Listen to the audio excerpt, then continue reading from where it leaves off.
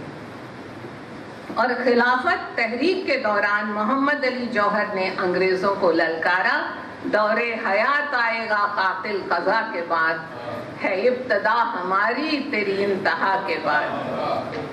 اور پھر مرثیے کے طرز پر لکھی کبھی پردیپ کی نظم نے صرف پنڈت نہرو کو ہی نہیں پورے وطن کو رلا دیا۔ اے میرے وطن کے لوگوں ذرا آنکھ میں بھر لو پانی، جو شہید ہوئے ہیں ان کی ذرا یاد کرو قربانی۔ حضرت امام حسین نے ہند آنے کی خواہش ظاہر کی تھی۔ اگر ایسا ہوا ہوتا تو شاید وجے دشمی پر ہم راون کے ساتھ یزید کا پتلا بھی جلا رہے ہوتے۔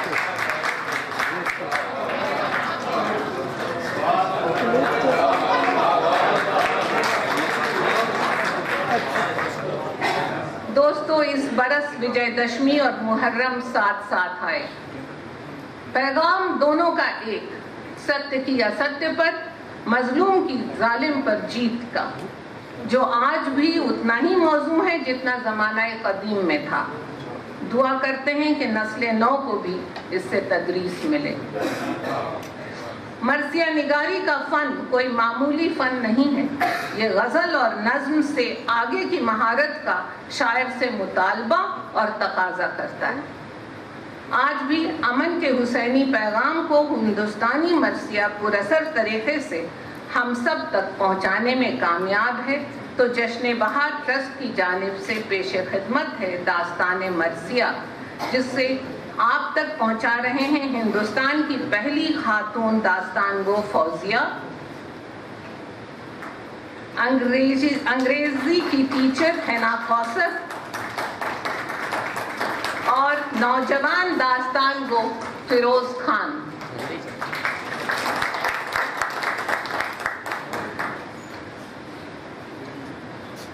اسکرپٹ ریسرچ اور ڈائریکشن میں ہمیں تعاون ملا ہے اپرنا شریواستو ریڈی سے۔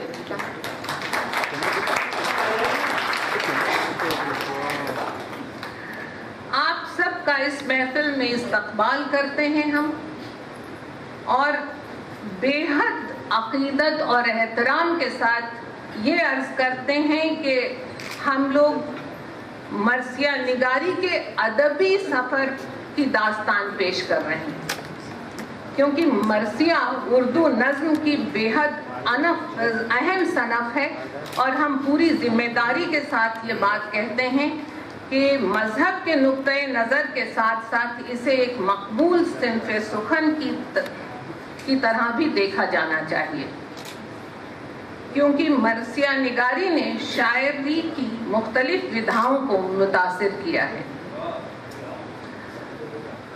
اس کہانی کو ہم نے وقت کی پابندیوں کے مد نظر مختصر رکھنے کی کوشش کی ہے، تو آئیے شروع کرتے ہیں داستان مرثیہ کربلا سے کاشی تک، اور سمجھتے ہیں اس اولین صنف شاعری کے خالص ہندوستانی رنگ و آہنگ۔ لیلا شاعری کی جوانی ہے مرثیہ، تاریخ نے کہی وہ کہانی ہے مرثیہ۔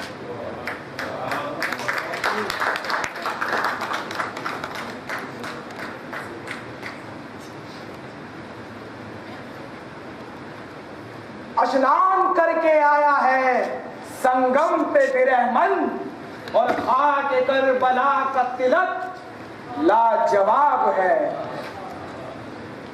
یا رب رسول پاک کی کھیتی ہری رہے، سندل سے مانگ بچوں سے گودی بھری رہے۔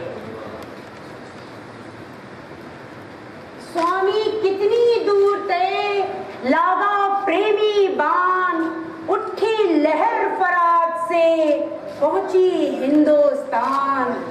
بھومی رام اور کرشن کی کربل کا سندیس، آنسو تمرے سو کے اور گنگا جمنی دیس۔ آداب حاضرین،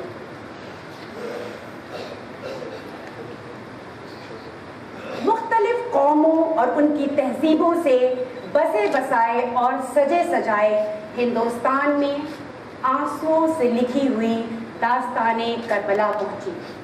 یہی داستان مرثیے کی شکل میں ابھری، اور ہندوستان کی زرخیز فضاؤں نے اس کی پرورش کر کے ہماری مشترکہ تہذیب کی پہچان بنا دیا۔ بات یہاں تک آ گئی کہ وشناتھ پرساد ماتھر لکھنوی نے کہا، جب سے آنے کو کہا تھا کربلا سے ہند میں، ہو گیا اس روز سے ہندوستان شبیر کا۔